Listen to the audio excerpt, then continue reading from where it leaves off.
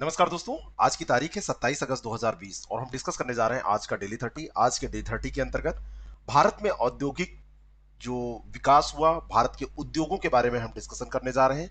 साथ में current affair के 10 प्रश्नों को देखेंगे। टोटल 30 क्वेश्चन हर रोज की भांति आज के भी डेली 30 में होंगे। मैं ओम पांडे, आपका गाइड, आपका दोस्त। चलिए शुरू करते हैं इस यात्रा को और लेते हैं पहला प्रश्न। विभिन्न धात्विक खनिजों को आधार बनाकर जो उद्योग स्थापित किए जाते हैं उन्हें क्या कहते हैं? बहुत ही सामान्य सा प्रश्न है। धात्विक खनिजों को आधार बनाएंगे तो उसको धात्विक उद्योग कहेंगे। बी ऑप्शन इसका बिल्कुल करेक्ट हो जाएगा। Next question. अगला जो प्रश्न है, निम्नलिखित कथनों पर विचार करें और उसका पहला स्टेटमेंट है कि लौह इस्पात उद्योग को आधारभूत उद्योगों की श्रेणी में रखा जाता है। जो हमारे आधारभूत उद्योग हैं, उन आधारभूत उद्योगों में लौह इस्पात उद्योग भी है। ठीक है। और इस उद्योग में प्रमुख कच्चे माल के रूप में लौह अयस्क, कोकिंग कोयला, चूना पत्थर, मैग्नीज आदि का प्रयोग किया जाता है। और ये दोनों की दोनों बातें सही हैं। लौह उद्योग अगर आपको लगाना है या लौह उद्योग जहां पर लगता है तो उसमें इन चीजों की जरूरत पड़ती है। सी ऑप्शन इसका करेक्ट है। दोनों सही हो जाएगा। अगला जो प्रश्न है, भारत में लौह इस्पात उद्योगों के विकास के क्रम की शुरुआत कब हुई थी? यानी कि जो विकास क्रम है वो कब शुरू हुआ था, कब सबसे पहले लगा था? भारत में लौह उद्योगों के विकास की बात करें, पश्चिम बंगाल की कुल्टी में बंगाल आयरन वर्क्स की स्थापना हुई और यह स्थापना हुई थी 1874 में। वहीं से भारत में शुरुआत होती है। पंजाब में पंजाब नहीं, पश्चिम बंगाल में कुल्टी में बंगाल आयरन वर्क्स, तो बंगाल आयरन वर्क्स की जब स्थापना हुई 1874 में, वहीं से ये स्टार्ट हुआ। यानी कि उस समय अंग्रेजों का शासन था, तभी से ये चलता आ रहा है। ठीक है। अगला जो प्रश्न है, निम्नलिखित कथनों पर विचार करें। पहला स्टेटमेंट है कि वर्ष 1907 में जे एन टाटा ने Tata iron and steel company TISCO की स्थापना वर्तमान झारखंड राज्य की जमशेदपुर, वहां पे साकची पड़ता है, वहां पर की थी। ठीक है ना। तो ये बिल्कुल सही स्टेटमेंट है। 1907 की बात है, तब टाटा यानी टिस्को की स्थापना हुई थी। और साकची पड़ता है जो जिसको जमशेदपुर के नाम से जानते हैं, वो पहले साकची हुआ करता था, तो वहीं पर हुई थी। और यह कारखाना दामोदर नदी के तट पर स्थापित है। एक बार यह प्रश्न पूछा गया था कि ये किस नदी के तट पर स्थापित है, इसको जल कहां से प्राप्त होता है। तो यहां पर मैं बताना चाहता हूं कि ये जो कारखाना है, ये दामोदर पर नहीं, ये स्वर्णरेखा व खरगई, एक इसमें स्वर्णरेखा नदी है और दूसरी जो नदी है वो खरकई नदी है। स्वर्णरेखा और खरकई नदी के तट पर स्थित है, तो दूसरा गलत है, पहला सही है। ए ऑप्शन इसका बिल्कुल करेक्ट हो जाएगा। अगला जो प्रश्न है, Indian oil and steel company IISCO इसको बोलते हैं, इसकी स्थापना कहाँ हुई थी, कब की गई थी और कहाँ की गई थी? तो कब की गई थी यहाँ प्रश्न नहीं है, लेकिन इसकी स्थापना 1918 में हुई थी, पश्चिम बंगाल के बर्नपुर में। पश्चिम बंगाल के बर्नपुर में 1918 में इसको की स्थापना की गई थी। दामोदर नदी के किनारे पर यह स्थापित हुआ था और रामगढ़, नूंडी व झरिया की खदानों से लौह अयस्क की प्राप्ति यहाँ पर होती थी। अगला जो प्रश्न है, Indian oil and steel company को पत्तन सुविधा प्राप्त होती है, कहां से होती है? तो कोलकाता व हल्दिया बंदरगाह से होती है। बी ऑप्शन इसका करेक्ट है। इसको की जो बात हो रही थी IISCO की, तो पत्तन सुविधा कोलकाता और हल्दिया से इसको प्राप्त होती है। जल विद्युत की बात की जाए तो दामोदर घाटी से प्राप्त होती है। और बाजार देखा जाए तो कोलकाता हुगली औद्योगिक प्रदेश है, वहां से इसको बाजार मिलता है। और परिवहन की सुविधा राष्ट्रीय राजमार्ग नंबर 2 से प्राप्त होती है। बाकी रेलवे से भी जुड़ा हुआ है, दक्षिण पूर्वी रेलवे और पूर्वी रेलवे मार्ग से भी रेलवे सुविधा इसको प्राप्त हो जाती है। अगला जो प्रश्न है, Visvesvaraya iron and steel limited की स्थापना केरल में भद्रावती नदी के तट पर की गई थी। मैं आपको बताना चाहता हूं, पहले दूसरा स्टेटमेंट भी पढ़ लूं, उसके बाद मैं बताता हूं कि Visvesvaraya iron and steel limited को लौह अयस्क की प्राप्ति बाबा बुदान पहाड़ी क्षेत्र, केमानगुड़ी खान जो पड़ती है ना, ये लोहे की खान है, तो वहां से इसको प्राप्त होती है। तो ये तो बिल्कुल सही है। लेकिन Visvesvaraya iron and steel limited की जो स्थापना हुई थी, इसकी स्थापना सिमोगा जिले में हुई थी। और सिमोगा पड़ता है कर्नाटक में। कहाँ पड़ता है? कर्नाटक में। सन 1923 की बात है जब इसकी स्थापना हुई थी। तो केरल में नहीं हुई थी, पहला गलत हो जाएगा और दूसरा सही हो जाएगा। बी ऑप्शन इसका बिल्कुल करेक्ट हो जाएगा। नेक्स्ट क्वेश्चन, भिलाई में स्टील प्लांट की स्थापना के लिए भारत सरकार और किस देश के मध्य समझौता हुआ था?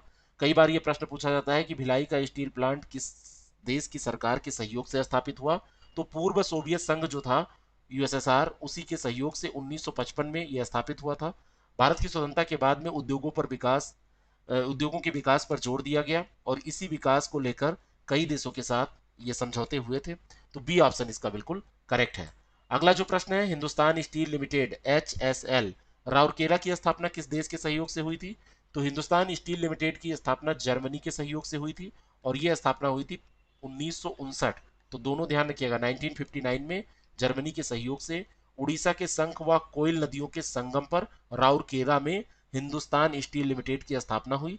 कोयला इसे झरिया व कोरबा से मिलता है, लोहा इसे बरसुआ से मिलता है।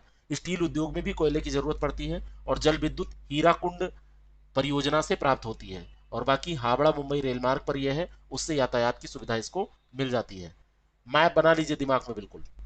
अगला जो प्रश्न है, Hindustan steel limited HSL Durgapur की स्थापना जर्मनी के सहयोग से की गई थी। हिंदुस्तान स्टील लिमिटेड की स्थापना पश्चिम बंगाल के बर्धमान जिले में ब्रिटेन के सहयोग से की गई थी। तो पहला स्टेटमेंट यहां पर गलत हो गया। और दूसरे स्टेटमेंट पे चर्चा हम करें तो हिंदुस्तान स्टील लिमिटेड दुर्गापुर को कोयला रानीगंज झरिया व बराकर की खनन खान से प्राप्त होता है। तो दूसरा सही है, बी ऑप्शन इसका बिल्कुल करेक्ट हो जाएगा। तो हिंदुस्तान स्टील लिमिटेड जो दुर्गापुर में है उसकी स्थापना ब्रिटेन के सहयोग से हुई थी। Next question, Bokaro steel plant किस देश के सहयोग से स्थापित किया गया था?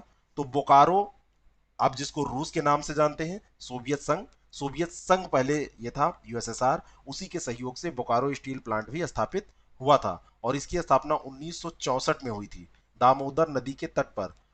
ठीक है, अगला जो प्रश्न है तो इसका सही उत्तर बी हो जाएगा। नेक्स्ट क्वेश्चन, निम्नलिखित कथनों पर विचार करें। पहला स्टेटमेंट है कि विशाखापत्तनम इस्पात संयंत्र विशाखापत्तनम बंदरगाह के पास स्थित है। क्या यह सही है? विशाखापत्तनम इस्पात संयंत्र है और वहीं पे बंदरगाह भी है, दोनों सही है।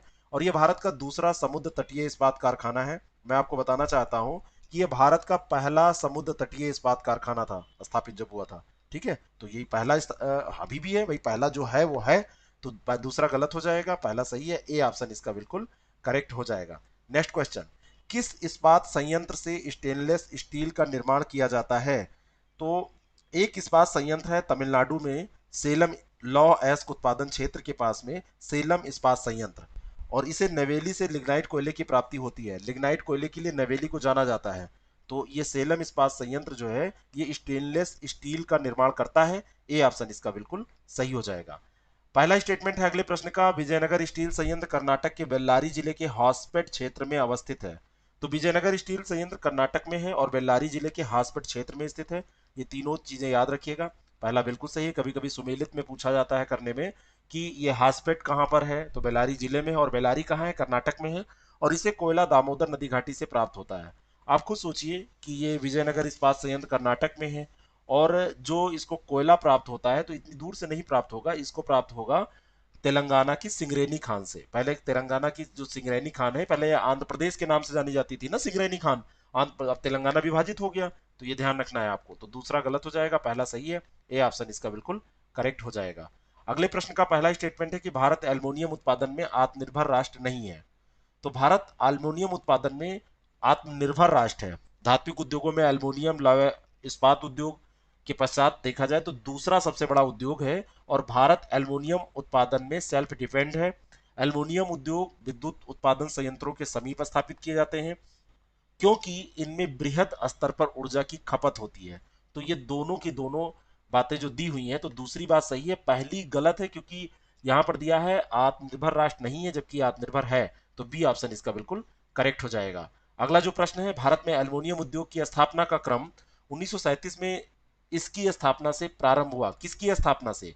Aluminium corporation of India, Bharat में एल्युमिनियम उद्योग 1937 में जब स्थापित किया गया तो जेके नगर पश्चिम बंगाल में एल्युमिनियम कारपोरेशन ऑफ इंडिया की स्थापना की गई थी, वहीं से प्रारंभ हुआ था 1937 में। तो बी ऑप्शन इसका बिल्कुल करेक्ट हो जाएगा।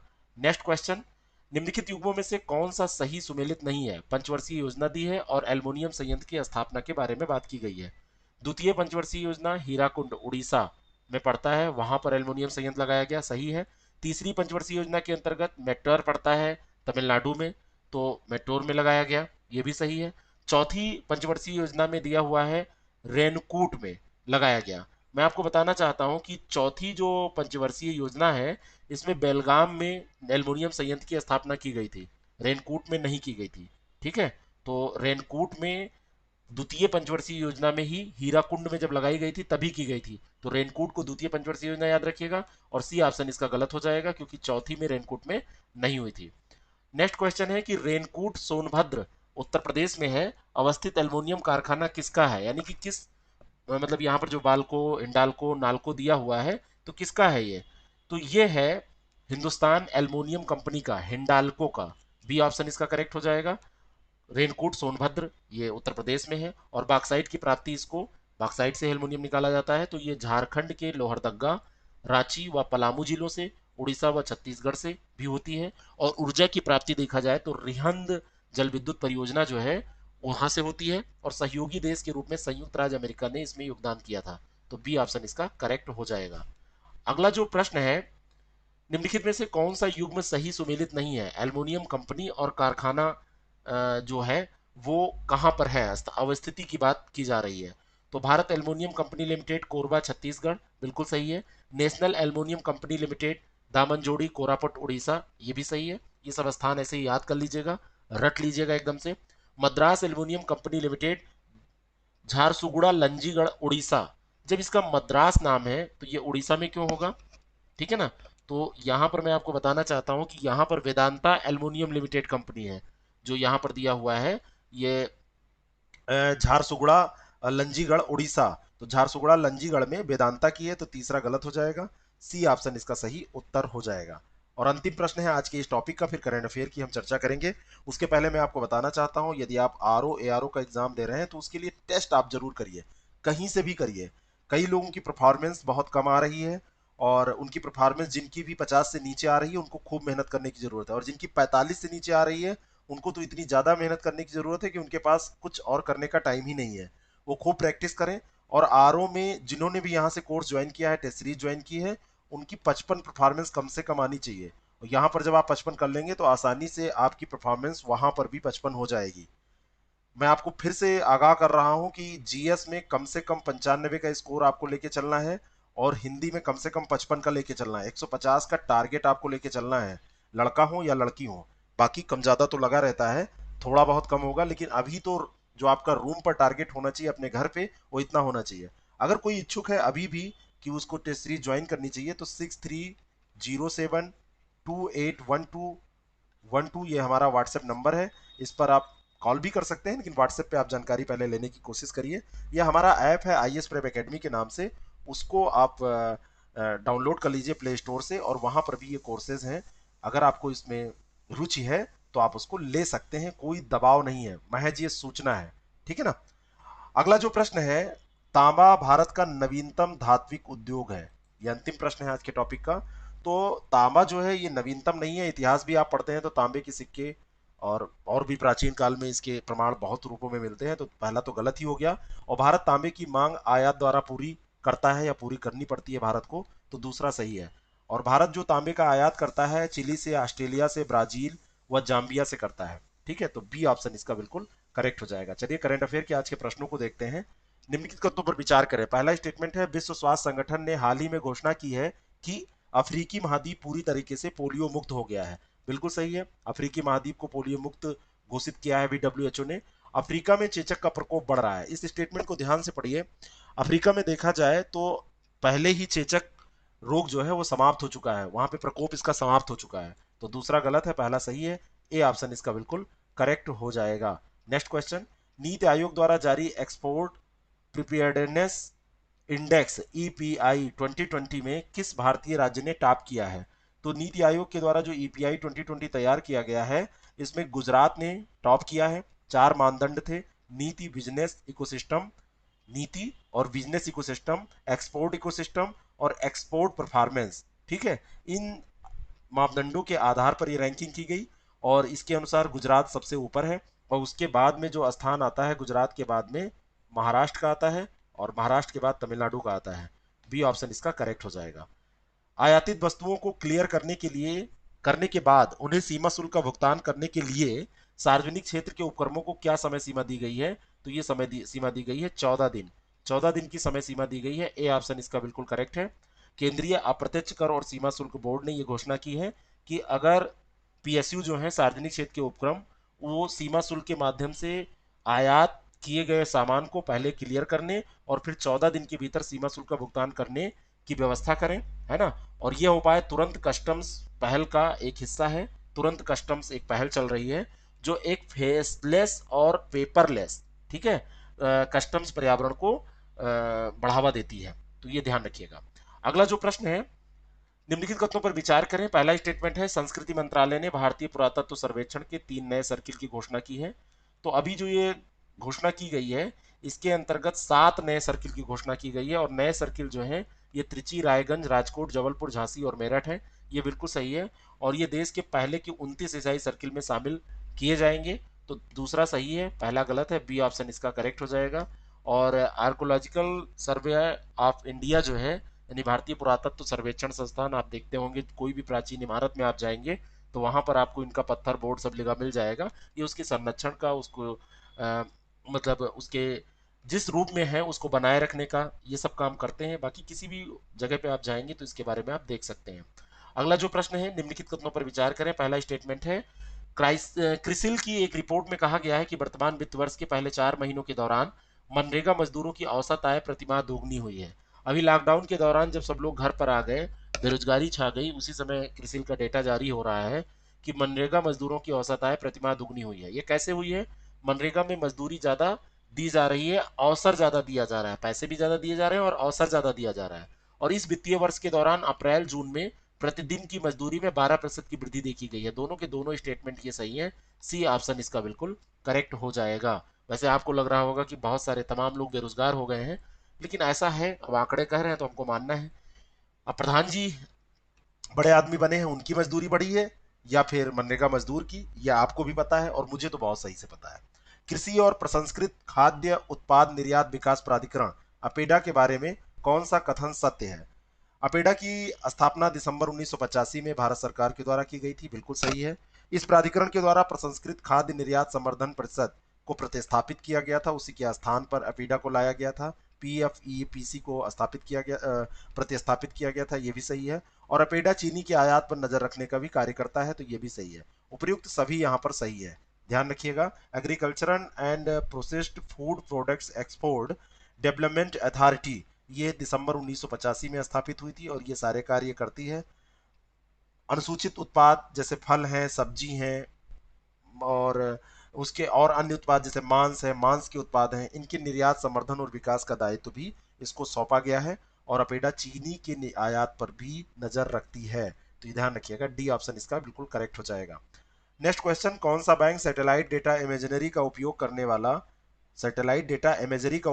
वाला देश का पहला बैंक बना? ध्यान रखिएगा, आईसीआईसीआई, चंदा कोचर जिससे पहले रिलेटेड थी, ठीक है ना। बी ऑप्शन इसका करेक्ट है। और हाल ही में निजी क्षेत्र का ये जो बैंक है, इसने सैटेलाइट डेटा इमेजरी का उपयोग करने की घोषणा की है और ये देश का पहला बैंक ऐसा करने वाला बन गया है। और इस प्रयोग से किसानों को अपनी मौजूदा साख बढ़ाने में मदद मिलेगी। पहली बार ऋणदाताओं को बेहतर सुविधाएं इसमें मिल पाएंगी।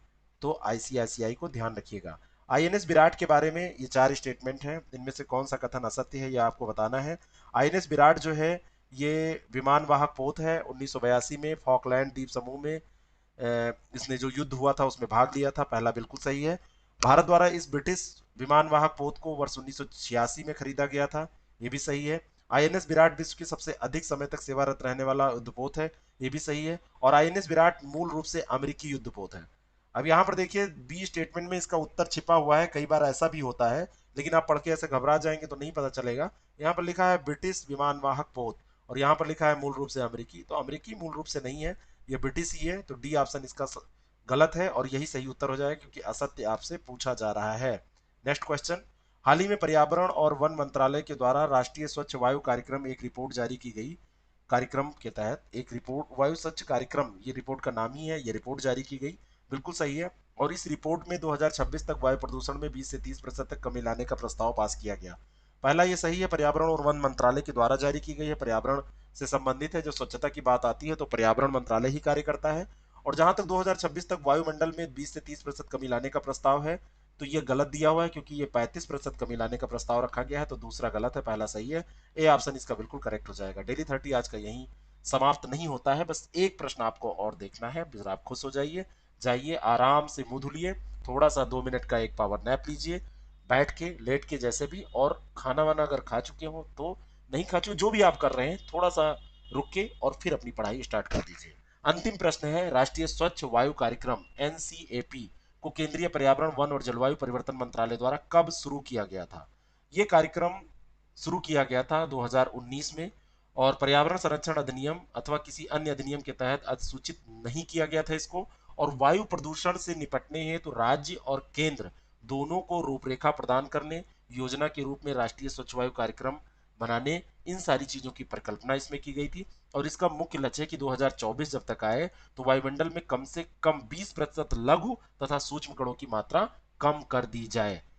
ये जो कार्यक्रम है, पंचवर्षीय कार्यक्रम 2019 में चला था, 2024 तक का जो लक्ष्य रखा गया है, इसमें PM10 और PM5 में 2024 तक 20 से 30% की कमी लाने का लक्ष्य रखा गया है। और इसके लिए 2017 को आधार वर्ष बनाया गया है, यानी कि 2017 में जितना था उससे 20 से 30% की कमी लाना है PM10 और PM5 में, ठीक है ना। ये लक्ष्य रखा गया है, तो 2019 में इसको शुरू किया गया था। बी ऑप्शन इसका करेक्ट है। Thank you very much, all the best. अगर आप मेहनत नहीं कर रहे हैं तो आप अपने को जगाइए। आप बेशरम हो चुके हैं तो अपनी बेशर्मी को त्यागिए। आप अपनी स्थिति को देखिए, जिस भी स्थिति में है कुछ ना कुछ तो गड़बड़ है, तभी आप आगे बढ़ना चाहते हैं, और आगे के लक्ष्य में लग जाइए। Thank you very much, all the best.